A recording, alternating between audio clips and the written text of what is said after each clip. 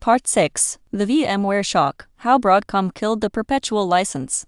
And what the backlash looks like. A sourced look at cloud economics. Every claim links to its source. Nothing here alleges a crime. The striking part is that it is all legal and disclosed. For decades, enterprise software came with a deal you understood. Pay once, own it forever, pay a smaller fee if you want ongoing support. Then one of the most important pieces of infrastructure software on earth changed owners. On November 22, 2023, Broadcom completed its acquisition of VMware. A deal valued at roughly $69 billion, about $61 billion in cash and stock, plus around $8 billion of assumed VMware debt. Broadcom IR.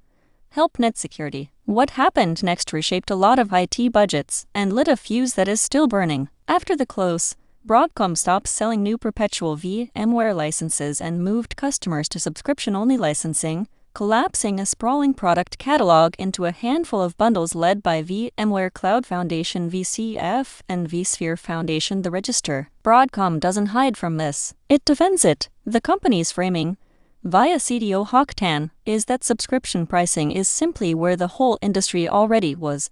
VMware has been moving to a subscription model, the standard for the software industry, for several years, beginning before the acquisition by Broadcom. The Register. So the model change isn't really in dispute. What's contested is the price and the enforcement, and that's where the lawyers showed up. On or about August 29, 2024, AT&T filed suit against Broadcom in the Supreme Court of the State of New York, alleging breach of contract. AT&T's claim, it had a contractual option to renew support on its existing, pre-acquisition VMware agreement for 2 more years, and Broadcom is refusing to honor that extension unless AT&T buys new subscription bundles. The Register.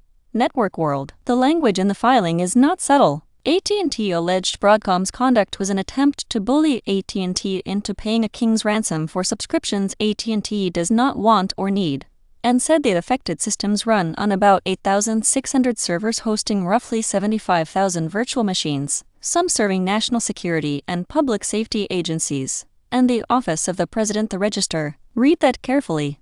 Those are AT&T's words. From AT&T's complaint. Bully, king's ransom, and the server counts are allegations a litigant put on the record, not findings and not mine. Here's the figure that traveled fastest. AT&T claimed in its filing that its VMware costs would jump by about 1,050% under Broadcom's terms CAO dive. That number is doing a lot of work in a lot of headlines, so it's worth being precise. 1,050% is AT&T's own assertion from its complaint, not an independently audited or court-established price increase. Tellingly, other coverage of the same filing carried no percentage at all, which is exactly what you'd expect from a figure that lives in a pleading rather than in a verified invoice network world. And then the case ended without anyone proving it.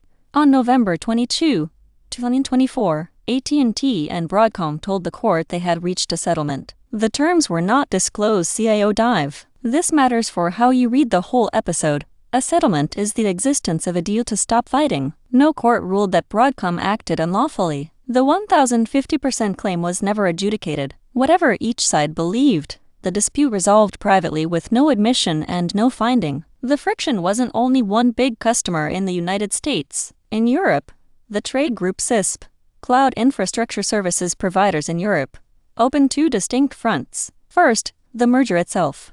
On July 24, 2025, CISP filed an action at the EU General Court seeking to annul the European Commission's decision approving Broadcom's acquisition of VMware, arguing the Commission had cleared the deal without imposing remedies. CISP framing, unfair new licensing terms enforced by Broadcom affect almost every European organization using cloud technology. CISP. The Register. Second, a competition complaint. On March 19, 2026, CISP filed a complaint against Broadcom with the European Commission's Competition Directorate over the January 2026 termination of the VMware Cloud Service Provider VCSP program in Europe, and requested interim measures. In it, CISP alleged that price hikes, bundling, and demands for upfront payments had cumulatively increased costs by more than 1,000%, a tenfold rise since the acquisition. CISP. The Register. Same caution as before. The more than 1,000%/tenfold figure is CISP allegation, a complainant's number, not an audited or adjudicated one. The filing is a fact. The magnitude is a claim. Broadcom rejected the complaint, and not gently. The European Commission, for its part, confirmed only that it received the complaint and is currently assessing this complaint in line with our standard procedures. Careful, neutral language that is not a finding of any infringement. The register. Broadcom's broader defense, from Hock Tanbach in April 2024, leans on continuity and concessions. Subscription licensing is the industry standard. Existing perpetual licenses remain usable. Support extensions were granted to many renewing customers, and free zero-day security patches were offered for supported vSphere versions. Free access to zero-day security patches for supported versions of vSphere Constellation Research. That's the company's side, and it deserves to be heard alongside the complaint's opinion. Michael, so set the crime question aside, because it isn't the point. The point is the mechanism. When you buy the thing millions of businesses already depend on and can't easily leave, you inherit enormous pricing power overnight. And the rational move, the one the scoreboard rewards, is to use it. That's not villainy.